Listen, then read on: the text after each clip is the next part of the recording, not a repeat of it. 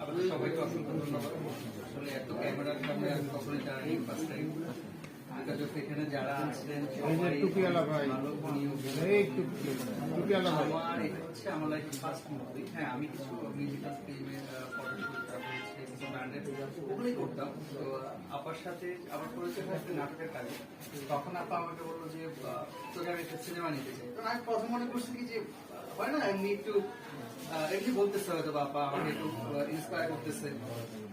তখন আমি বললাম যে আমি একটু হেসে হেসে বললাম যে আপা হঠাৎ করে একদিন বাসায় ডাকলো যে এই যে স্ক্রিপ্ট পড়ো।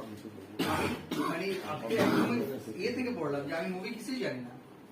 তারপরে ওখান থেকে আসলে অভিনয় করতে যে অনেক বেশি অভিজ্ঞতা হয়েছে। যারা আছেন এখানে গুণী অভিনেতা অভিনেত্রী, আমাদের কোরিওগ্রাফার আজিজ রেজা স্যার, তারপরে আমাদের পরিচালক, তারপর হচ্ছে আমাদের রানা ভাই।